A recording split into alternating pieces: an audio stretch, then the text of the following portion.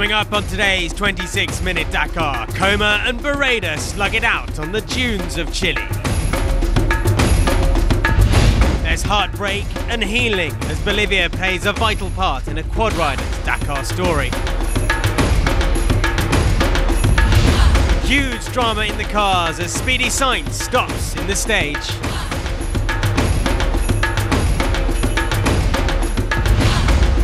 We meet the overdrive Toyota boss as we get first-hand drama from inside the team. And in today's Dakar Passion, the legends of the race reflect on the best moments of their childhood heroes. All that and more coming up in today's 26-minute Dakar, Iquique or Bust.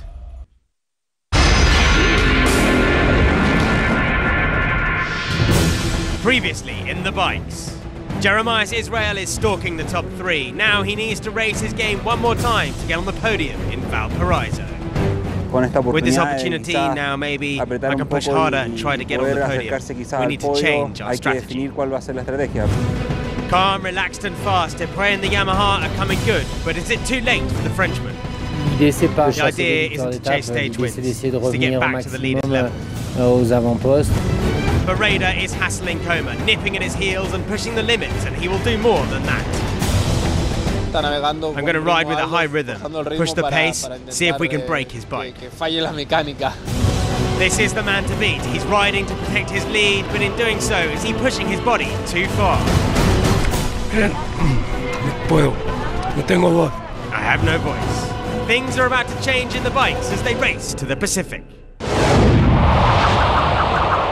Today's stage promises 442 k's of flat-out blasting towards the dunes and sea on stage 9 to Iquique. Sunrise on stage 9 brought Sebastian Loeb to the start line with the bikes.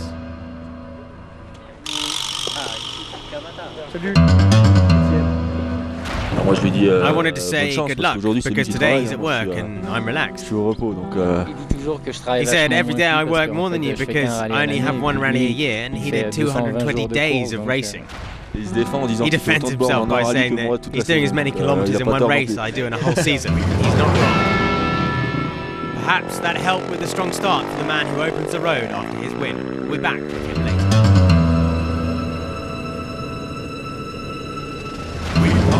She has smashed all expectations in this year's rally. The KH7 factory Honda-mounted Laia Sanz has torn her way across Argentina, and in Chile she's enjoying herself even more.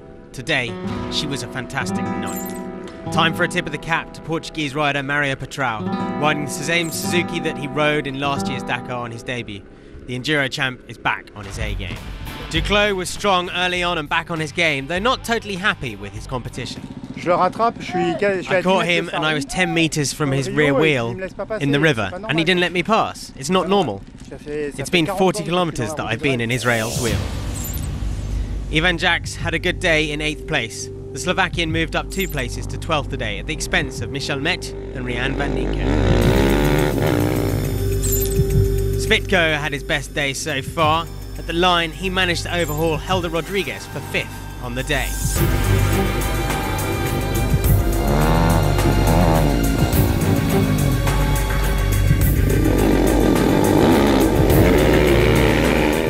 With Duclos, however, things were going to get worse. At kilometre 218, he was found stranded with a broken machine and it seemed terminal. Only at the assistance of his teammate Francisco Errázuriz would get into the line. And with a rope between the machines, Duclos limped home. His podium hopes now surely over.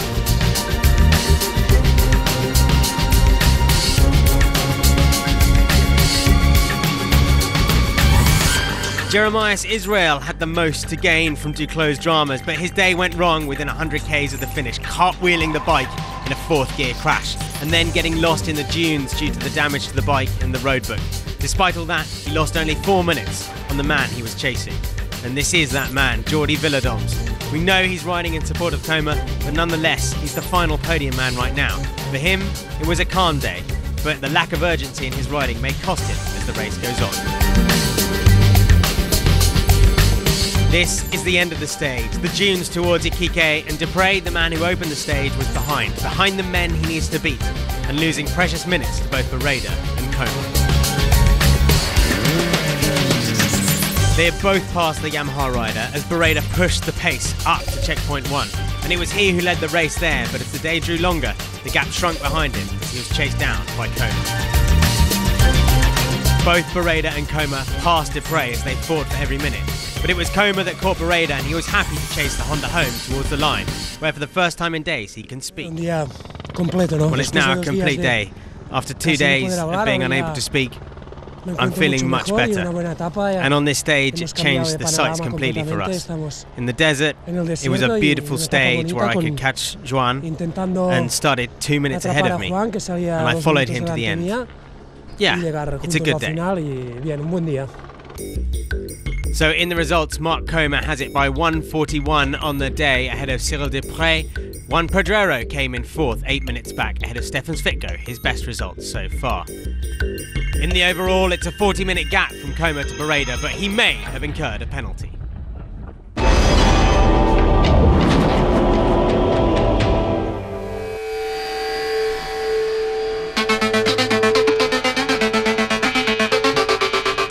Overall leader in the quads, Ignacio Casale, had a difficult day en route to Iquique. The Chilean had to stop several times due to a puncture.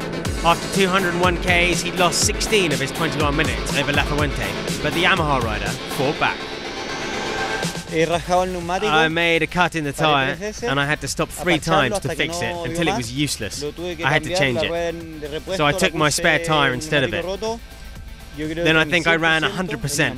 I was riding really fast. Luckily, I was able to catch Sonic and La Fuente, who was only 20 minutes away from me. Sebastian Husseini set the tempo for the quads. The Honda driver led the stage from start to finish and scored his second stage win of the year, 24:58 faster than Casale. The biggest gap on a single stage since 2010 in the quads. Unfortunately, Husseini is still more than 2 hours from a podium spot. A solid day for Rafael Sonic, who realised the 3rd best performance of the day, 25:30 from Husseini, but only 32 seconds from Casale. No overall effects on the Polish driver. Sonic keeps his 3rd place.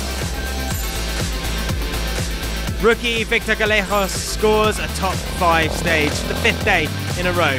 The Chilean was 17th overall at the end of day 3, and he's 7th tonight, with 4 days to go before the finish. Sergio Lafuente was 4th on the day, and he only lost 59 seconds compared to the overall leader Ignacio Casale, but the Uruguayan clearly missed an opportunity to make up lost time. Unable to race his game enough, Lafuente nevertheless keeps 2nd place overall.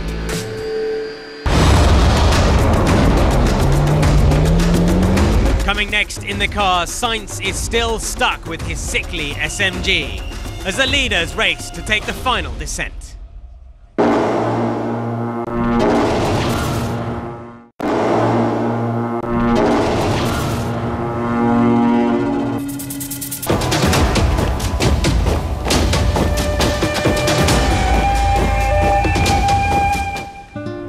2 days ago, somewhere in Bolivia, on the road to a uni, Eugenio Favre was in trouble.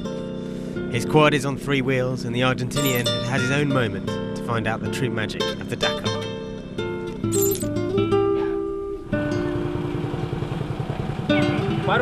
Is it your house? This one? Eugenio doesn't want to retire. He enrolls any resources he can find to help him, including the Bolivian policeman. Whatever the problem is, the rider knows he'll be able to find a solution. The Argentinian's determination attracted the residents of the village, and soon he discovered that the right swing arm was broken and had to be welded.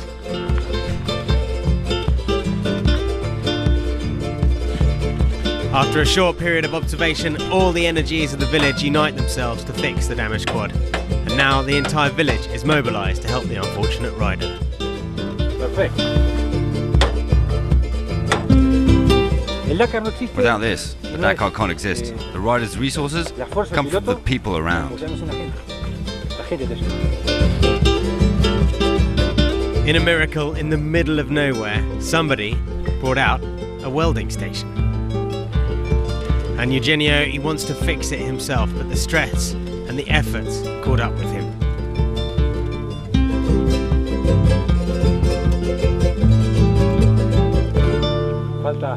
I can't breathe.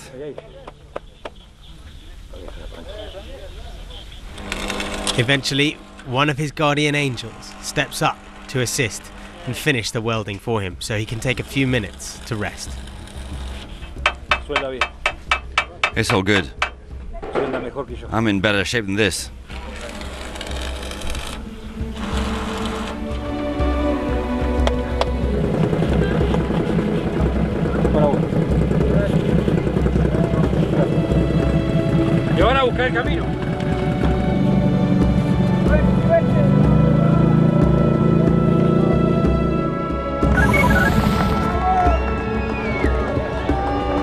Hola.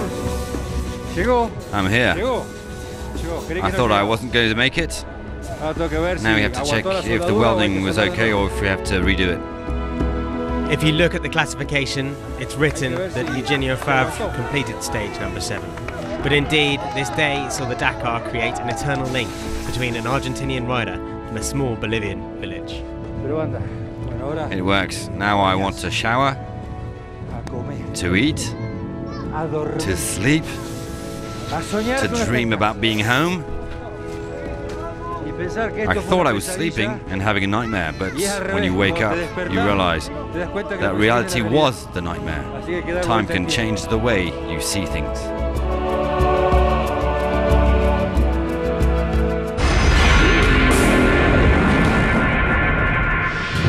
Previously in the cars. Time is slipping out of Roma's grasp as the Dakar bites back at the race leader. There's no giving in for Peter Hansel as he hunts Roma minute by minute. I have nothing to lose. The goal is the same, win the overall. De Villiers is climbing a mountain to try and win, a mountain made of minis, starting with Vasiliev. No, yes. I set 100 kilometers in your dust. You will get the protest right.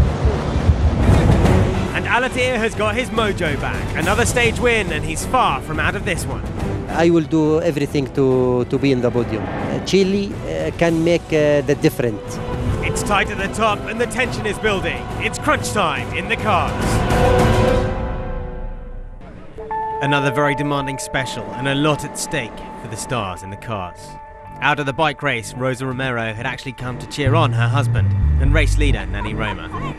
Être quand même assez compliqué à la fois en in terms of navigation cassant, and terrain. des traversées de crevasses, et puis pour finir les dunes et la grande descente du Piquet, donc une étape assez complète où il peut se passer quelques trucs.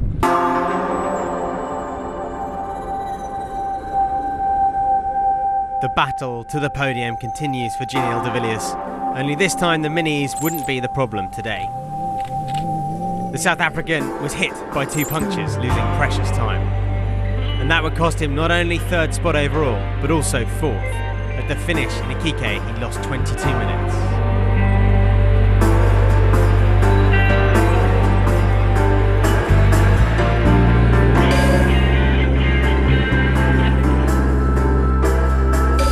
And while de Villiers was struggling, others were improving.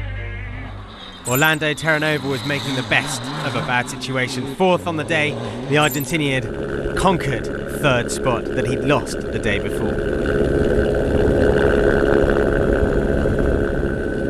In his quest to capture stage wins, Sainz took off fast. Maybe too fast. At kilometre 195, the Spaniard was forced to stop after damaging his SMG buggy.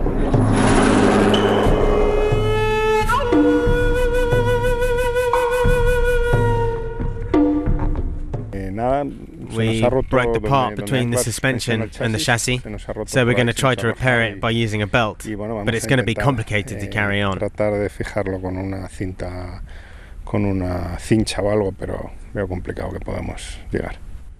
After losing close to 2 hours, Sainz and Gottschalk managed to carry on, but not for long.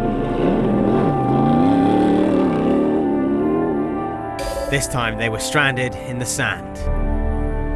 El Matador finally reached the finish after having lost 1 hour and 56 minutes.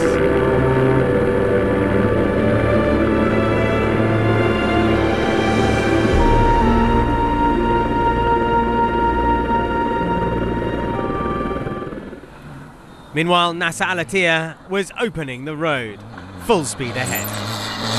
He eventually crossed the line with the second best time. The good news of the day for Nasser was that now he's only 5 minutes away from third spot overall. In the last 3 stages, race leader Nani Roma has seen his lead drop from 40 to 23 minutes over teammate Peter Hansel. Day after day, kilometre after kilometre, Catalan is under constant pressure. After 200 Ks, he'd lost 5 minutes on Petter. After 3:35, that deficit grew to 7, and it would carry on growing.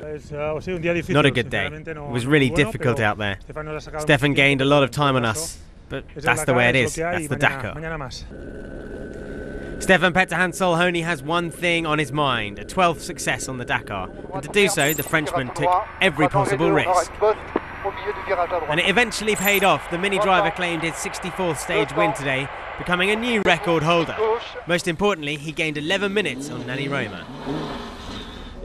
I know that psychologically Nani is in a position where he has everything to lose. It's a lot harder when you're leading than when you're hunting. So Petter Hansel took the stage win by 2 minutes and 17 from Alatia. Roma 11 minutes back today. Terranova in 4th. Overall, Stefan Petter Hansel is closed the gap down to 12 minutes. Terranova 54 minutes back. Alatia 59 minutes back at the same time as Giniel de Villiers.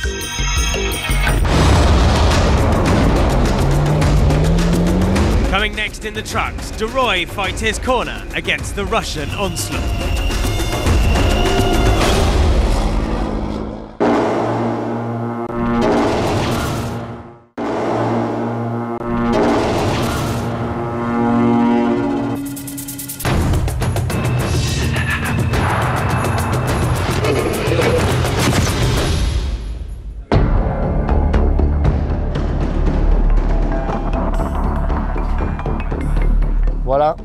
It's 3:45 in the morning.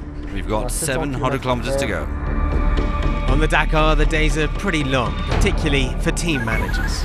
We followed one of them, Jean-Marc Fortin, team manager of Overdrive Racing, to understand what he does for his team.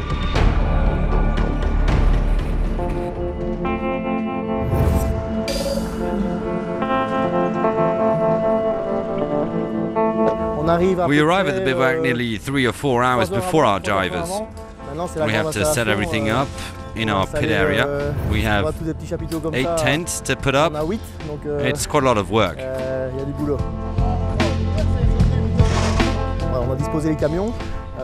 We park trucks according to a very precise plan made before we arrive. It's important to have a very rigorous logistics. On a Dakar, you have to be well organized.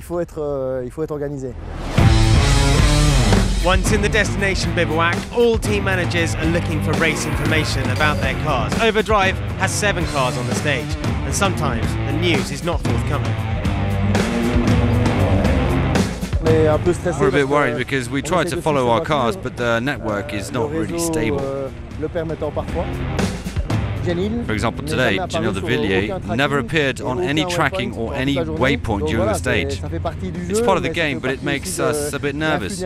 We only had his time when he actually finished the stage. It's not too bad. Giniel is 6th today. He had to stop after kilometre 500. I think he had a serious problem. As soon as the cars arrive at the bivouac, Jean-Marc meets the drivers to make a short debrief. It's a crucial moment for him to organise the evenings and nights work of the mechanics of all the cars. Before he became a team manager, Jean-Marc Fortin was well known as a co-driver. He discovered the Dakar with Grégoire de Mévius and also raced until 2012 with Christophe Polovich. There are very few people who are team managers or team directors and who had the luck to previously race in good cars. It's a real advantage to be able to share my experience with the drivers by telling them what I've lived before.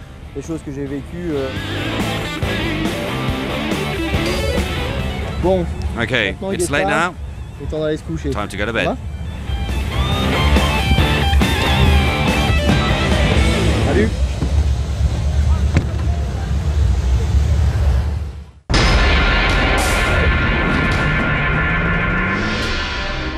It was another spectacular stage in the truck race today, especially in the dust of Chile. It was a real test for Marcel Van Vliet in his MAN truck. The Dutchman, however, lost more time in the dunes heading to Iquique.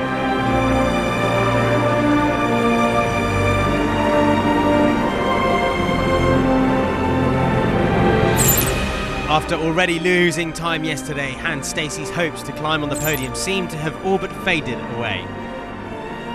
Passing Carlos Sainz wasn't much of a satisfaction for the Dutchman, who remained 6th overall. Just ahead of Stacey in the overall standings is Alex Lopez.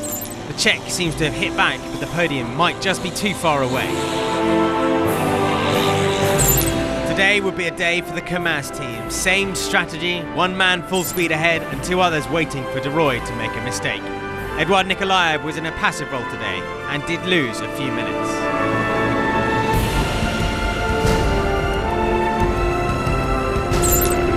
Part of that blue army hunting for the podium, Dmitry Sotnikov took 3rd spot on the special, and he's 4th overall.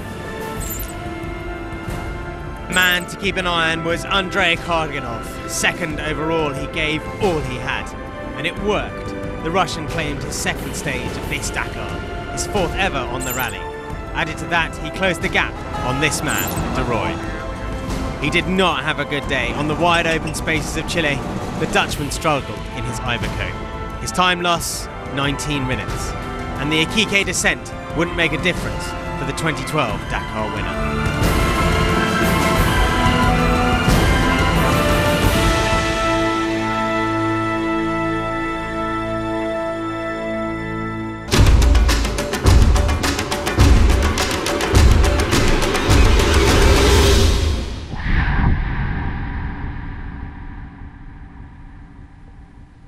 My hero was Thierry Sabine with his white outfit. He was my first hero of the Dakar.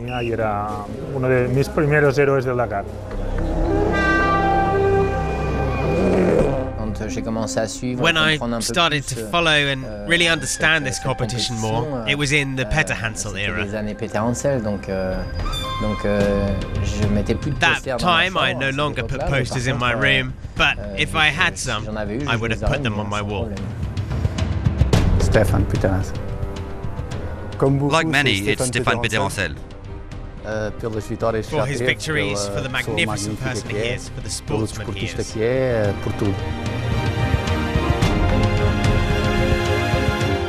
I was attracted by the TV images of the battles between Hubert Auriol and Cyril Neveu. But they were not heroes like Ayrton Senna was for me.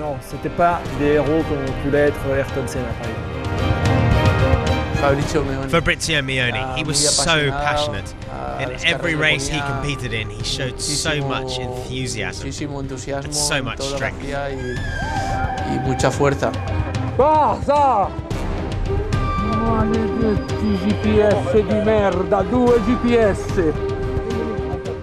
Of course, Hubert Auriol, my father having been his mechanic. Of course, he was my idol.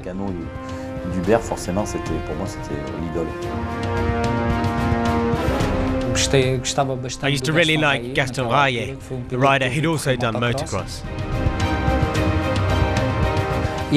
And more recently Cyril, he's my reference. It was Ari, yes, Ari Fatman, you know, it was because I love the way how he drive, you know. In this time I don't know many driver because I was see only one driver, you know.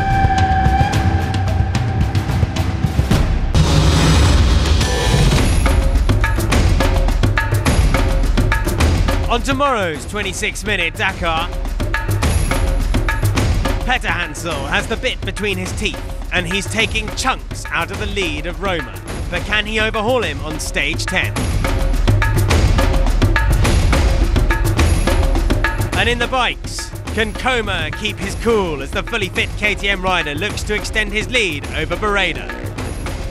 We'll have the answers on tomorrow's 26 Minutes Dakar.